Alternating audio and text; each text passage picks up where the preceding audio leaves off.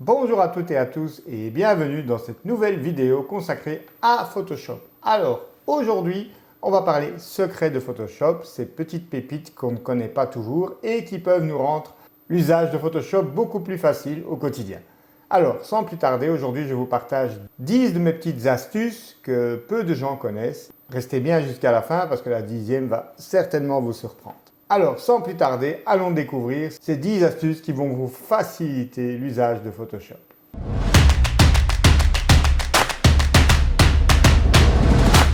Alors, astuce numéro 1, c'est le Bird's Eye View, donc la vue d'aigle. C'est-à-dire que lorsque vous zoomez dans votre image, ici je prends la loupe, quand vous êtes dans une vue zoomée de votre image et que vous voulez rapidement aller voir ailleurs dans l'image sans nécessairement redézoomer, eh bien vous appuyez sur la touche H. Vous faites un clic gauche tout en maintenant la touche H. Vous voyez qu'un rectangle apparaît à l'écran et vous venez le déplacer par exemple ici dans le ciel où je perçois une tache capteur. Je le relâche et voilà, instantanément Photoshop se remet au niveau de zoom précédent avant que j'ai appuyé sur H. Je rappuie sur H, clic gauche et voilà, je me déplace comme ça dans l'image et je viens zoomer ici. Astuce numéro 2, je vais vous montrer comment créer une sélection au pinceau. Parce que oui, comme dans Lightroom où vous pouvez définir un masque à l'aide de l'outil pinceau, eh bien c'est également possible dans Photoshop. Alors, imaginons que je veuille sélectionner ce canard, je peux faire d'abord appel à la commande sélectionner un sujet. Voilà, si j'appuie sur Q, on voit qu'il n'a pas pris entièrement le reflet, ni une partie du canard. Eh bien, on peut compléter ce masque à l'aide du pinceau. Alors ici, je vais cliquer 2 fois sur l'icône pour inverser et mettre couleur sélectionnée. Et au niveau couleur, vous pouvez choisir une autre couleur qui se détache peut-être mieux, comme vous le voulez. Alors, je rappuie sur Q. Donc cette fois, ce sont les zones sélectionnées qui sont en magenta ici. Donc je prends mon pinceau, B. Assurez-vous d'avoir du noir en avant-plan, sinon vous appuyez sur D. Et maintenant, vous venez avec l'outil pinceau remplir votre masque. Alors ici pour la démonstration, je vais mettre le flux à 100% pour aller plus vite. Hop, voilà. Et maintenant, je vais venir compléter le reflet B. Voilà, avec un peu de contour progressif. Voilà, et quand vous rappuyez sur Q pour quitter le mode masque, eh bien vous avez une sélection. Et par exemple, si maintenant je viens choisir une commande de niveau, vous voyez qu'un masque est automatiquement appliqué à ma sélection et je peux donc appliquer un réglage mais uniquement sur le canard et son reflet. Astuce 3, elle concerne le pinceau car vous l'avez remarqué dans l'astuce précédente, eh bien vous avez vu que je redimensionne le pinceau à la volée avec une combinaison de raccourcis clavier. Eh bien, pour redimensionner votre pinceau, il suffit de maintenir sur Mac la touche Option et CTRL enfoncé. Vous cliquez gauche et vous tirez de gauche à droite ou de droite à gauche pour augmenter ou diminuer le diamètre de votre pinceau. Pareil, mais cette fois de haut vers le bas, vous allez influer sur la dureté du pinceau, c'est-à-dire la progressivité des bords. À noter que ça fonctionne avec n'importe quel outil. Si je prends l'outil correcteur, le raccourci est le même ou encore le tampon, par exemple, c'est pareil.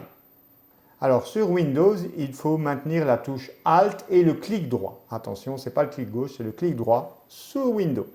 Donc je répète, CTRL, Option, clic gauche, je tire sur Mac. Alt, clic droit, je tire de haut en bas ou de gauche à droite sur PC. Astuce numéro 4, comment déplacer une sélection. Prenons par exemple ici l'outil ellipse de sélection pour sélectionner par exemple uniquement le centre de ce tournesol. Je maintiens Option et Shift pour avoir un cercle et je tire. Et voilà, ma sélection n'est pas très bien centrée. Et bien, tant que vous ne relâchez pas la sélection, vous appuyez sur la barre d'espace et vous voyez, vous pouvez venir déplacer en fait votre sélection où vous le désirez. En appuyant sur la barre d'espace, vous pouvez déplacer votre sélection où bon vous semble. Idem si vous faites un tracé à la plume, j'appuie sur P pour sélectionner l'outil plume. Imaginons que je veuille sélectionner ici cette partie de la porte. Et là, j'ai mal cliqué. Eh bien, Inutile de revenir en arrière, il suffit d'appuyer sur la barre d'espace et vous voyez que vous pouvez à nouveau du coup remanipuler votre tracé pour le placer au bon endroit et continuer ainsi votre sélection. Astuce numéro 5, comment créer rapidement du contraste sans devoir trop chipoter? Eh bien, vous créez un calque de réglage de courbe ou de niveau, peu importe, et vous le passez simplement en mode de fusion, incrustation. Et donc avec un seul calque, voilà, vous avez une image beaucoup plus contrastée. Et si jamais le contraste est trop fort parce que votre image présentait plus de contraste à la base, eh bien il vous suffit de passer en lumière tamisée. Vous voyez que le contraste est moins important. Astuce numéro 6, comment trouver rapidement le centre de son image. Vous allez dans Affichage, Repères et vous allez choisir Nouvelle disposition des repères. Hop. Alors, probablement que chez vous, ça n'est pas paramétré comme moi, mais vous mettez dans colonne ici, nombre 2 et dans rangée 2. À noter que vous pouvez modifier également la couleur de ces repères pour mieux les voir en fonction de la couleur de votre image. Voilà, et donc maintenant ça me permet de déplacer mon image. Donc je vais d'abord déverrouiller l'arrière-plan. J'appuie sur l'outil V pour activer l'outil déplacement et donc je peux venir comme ceci améliorer ma symétrie. Voilà, en activant ensuite l'outil recadrage, mon image est déjà plus symétrique. D'ailleurs, la semaine prochaine, je vous montrerai comment récupérer une symétrie ratée à la prise de vue. Petite pause dans la vidéo, juste pour vous rappeler que si vous découvrez la chaîne, n'hésitez pas à vous abonner en cliquant sur le bouton « Je m'abonne » et la petite cloche pour recevoir les notifications. Parce que c'est vraiment très important pour nous les créateurs de contenu pour avoir une meilleure visibilité sur YouTube. Et également pour vous, pour être notifié chaque fois qu'une nouvelle vidéo sort. On reprend nos astuces. Astuce numéro 7. Afficher la même photo dans deux fenêtres différentes pour pouvoir la visualiser avec différents niveaux de zoom. Alors pour ça, vous allez dans Fenêtre, Réorganiser et vous allez cocher en bas Nouvelle fenêtre. Vous avez à présent deux onglets avec la même photo et vous allez ensuite dans Fenêtre, Réorganiser et vous allez vous mettre en deux vignettes verticales par exemple ou horizontales si vous préférez. Alors dans la deuxième fenêtre, je vais me mettre en vue adaptative, donc commande 0, voilà. Et dans l'autre, je reste en mode zoomé. Et toutes les modifications que je vais faire sur la fenêtre de gauche vont être visibles dans la fenêtre de droite. Je vous montre, je crée un nouveau calque. Imaginons que je veuille faire un peu de dodge and burn. Je passe en lumière tamisée. Je viens prélever une couleur claire dans le ciel. J'active l'outil pinceau et je viens, voilà, comme ceci un peu éclairé, mettre en valeur la lumière dans les collines. Je le fais sans masque ici, juste pour que vous voyez. Donc regardez bien à droite, vous voyez que ça vous permet de garder une vue d'ensemble sur la photo alors que vous travaillez de manière plus rapprochée à gauche. C'est particulièrement utile si vous avez deux écrans car vous pouvez carrément mettre l'autre fenêtre sur le deuxième moniteur. Si je désactive le calque, vous voyez bien la modification en niveau de zoom et en niveau de zoom adaptatif où vous voyez l'image en entier à droite. Huitième astuce Photoshop, elle concerne une nouvelle fois le pinceau. Alors, comme vous pouvez le remarquer, j'agrandis mon pinceau à l'aide de l'autre astuce que je vous ai montrée. Vous remarquez qu'au centre de mon pinceau, il y a une petite croix qui me permet de positionner plus précisément ce dernier. Eh bien, c'est simplement un réglage dans les préférences. Je vous montre. Photoshop Préférences, c'est dans Édition Préférences, je pense sur PC, et vous allez choisir l'onglet Curseur, voilà, et vous allez simplement cocher Affichage du réticule de la pointe. Voilà, vous voyez, ça fait apparaître ou disparaître la petite croix. Alors par défaut aussi, je pense que vous êtes en pointe standard, c'est-à-dire qu'en fait, des fois vous peignez, mais vous peignez en dehors du diamètre du pinceau. Alors que si vous mettez taille réelle de la pointe, vous voyez, le cercle ici s'agrandit et donc correspond plus à la réalité de ce que vous peignez. Et vous validez tout ça par OK. Et voilà donc pour cette astuce. Avant-dernière astuce, vous pouvez modifier la taille des calques ici, dans la palette de droite. Vous allez au niveau du menu sandwich de la palette des calques et vous allez choisir Option du panneau. Et là, vous pouvez paramétrer donc la taille des vignettes. Alors moi, je vous conseille de la mettre la plus grande possible et d'afficher limite du calque. Parce que je vous montre, si vous mettez document entier, je valide par OK. Imaginons qu'ici, sur un nouveau calque vide, j'efface la tâche de capteur. Je prends l'outil correcteur, J, hop, voilà. Vous voyez, on ne voit qu'un tout petit point ici dans Calque 2.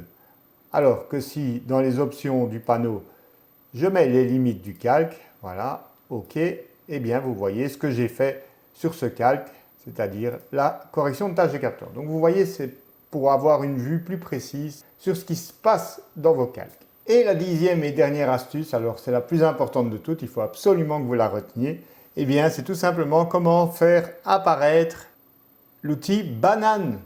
Et oui, parce que le post-traitement, c'est aussi savoir s'amuser un petit peu de temps en temps. Alors, je vous montre comment la faire apparaître. Donc, par défaut, vous avez ici en bas les 3 petits points qui vous permettent d'accéder à des outils supplémentaires. Vous cliquez sur modifier la barre d'outils. Et normalement, quand vous cliquez ici sur terminer, ça vous remet les 3 petits points.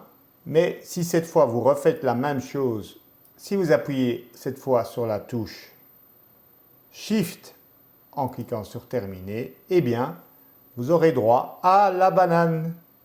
Allez, dans le même style parce que j'ai envie de rigoler. Dans les préférences, interface, si vous cliquez ici en haut sur les thèmes de couleur, donc ça en fait c'est la couleur du fond de Photoshop, vous voyez, vous pouvez modifier complètement l'apparence de Photoshop. Et bien si vous maintenez la touche Option Shift, vous avez droit aux tartines ou aux tasses de café si vous faites Commande Shift. Allez, on va remettre ça par défaut, Option Shift, c'est très bien comme ça. Voilà, j'espère que ces petites astuces vous auront appris quelque chose, ou au moins avec ma banane fait sourire. Alors, si vous désirez approfondir encore plus vos connaissances dans Photoshop, sachez que j'ouvre 2 fois par an une formation de 36 heures sous Photoshop, une des formations les plus complètes sur le sujet, sur le marché francophone, où on va vraiment dans le détail des profils colorimétriques aux masques de fusion, en passant par les modes de fusion, les masques de luminosité pour améliorer vos fusions d'exposition. Chaque leçon est accompagnée donc d'une vidéo, d'un résumé PDF, afin de retrouver rapidement un sujet dans la vidéo, sans devoir tout revisionner. Les leçons sont accompagnées de quiz qui vous permettent de valider vos compétences au fur et à mesure de l'avancement, ainsi que des exercices, et bien parce que sans pratique, on ne retient rien. Et si jamais cela vous intéresse, vous pouvez tester votre niveau en ligne sur mon site où je vous propose un quiz de 40 questions qui vous permettra de déterminer si vous êtes débutant, intermédiaire, avancé ou expert, et ainsi savoir si cette formation est faite pour vous ou pas. Là-dessus, je vous remercie d'avoir regardé cette vidéo et je vous donne déjà rendez-vous la semaine prochaine pour de nouveaux tutos Photoshop et Lightroom. Ciao, ciao!